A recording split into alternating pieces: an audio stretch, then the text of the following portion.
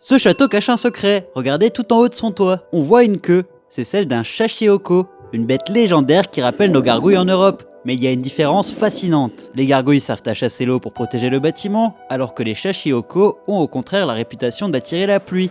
Et c'est pour ça qu'au Japon, on les trouve souvent sur les bâtiments en bois qui craignent les incendies. Et est-ce que tu vois ces cordes qui tiennent le toit ?